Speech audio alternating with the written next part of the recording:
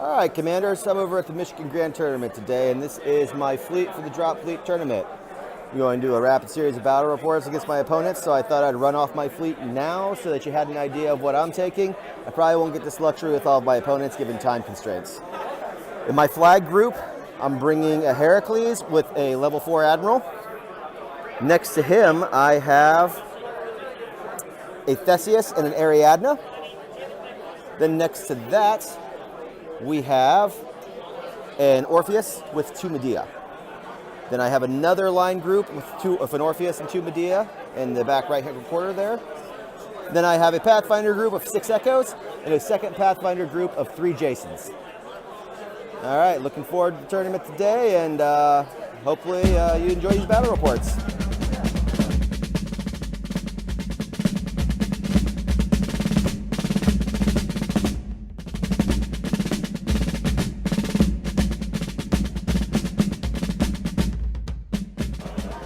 All right, Commanders, round 1, I'm playing Dave again. You may recognize him from a previous battle report.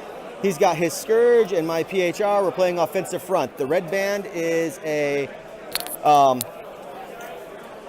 planetary ring. God, I couldn't remember the name of it. That's in high orbit. The blue one is in low orbit.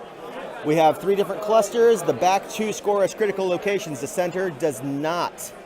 So I'll come back with turn recaps, and we're going to get rolling. Turn 1 is complete. So basic deployment, my battleship's moved up 6 inches. I have my frigate and destroyer line here. All of my launch assets have deployed. I put a defense battery and 9 troops down in this cluster back here, controlling it. My Ariadne and my Theseus are back here. Over here, he has a lot of drop assets moving along here, escorted by his Nakar. His primary assault fleet is back here, squadron of Djinns and carriers, troop ship here, and Basilisk creeping up sideboard there. We'll be back after 2. Okay, Commanders, we finished up turn 2. I lost 2 Jasons and an Echo. He lost 2 Gargoyles and 2 Nakar. The Echoes were lost to the swarm of, or I'm sorry, the Echo was lost to the Nakar fire here. Right there in this little swarm, I've got my Echo stacked. And then these Djinn came in over here, and they eradicated one of the Jasons. His carrier launched on the other one, disposed of it. The remaining carriers back here have dumped a swarm of bombers onto this Orpheus. I have sole control of this cluster. He has sole control of this cluster. And he has troops down on the ground here. We're back after 3. So we've got turn 3 wrapped up. A lot of death and destruction going on here. I'll try to recap it. Both my Orpheus went down in this area to just a horde of combined fire. We've really thinned out a lot of the corvettes. We can look over here and see that most of the Nakar are off the table. We've got 5 Nakar, 3 Djinn, and a couple of Gargoyles gone. He's still got 4 Gargoyles and a troop ship in the field. Both of my Orpheus have gone off. All of my Jasons are gone, and half of my Echoes. So my battleship just rolled in, fired this dark matter cannon back here, did a little damage but didn't actually do anything crippling. Basilisk is now up in the fight. My Theseus is holding on by a thread. My Ariadne is back here holding this location. His troop ship's still in range to hold that location. We're just fighting over the cluster.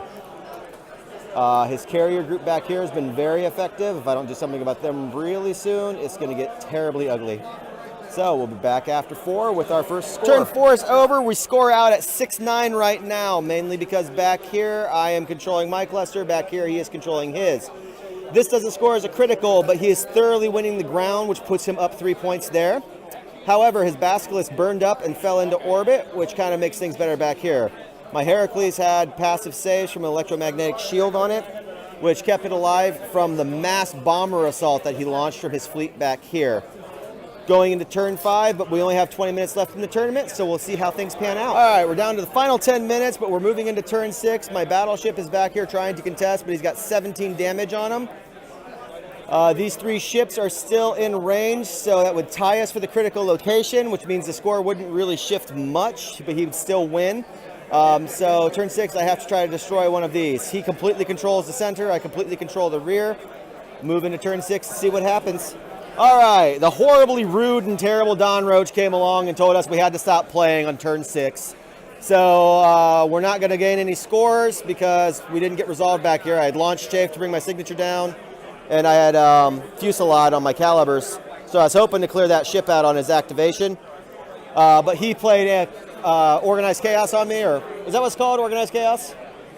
Forced me to shuffle my deck, so I couldn't flop my battleship first. I had to activate that Medea.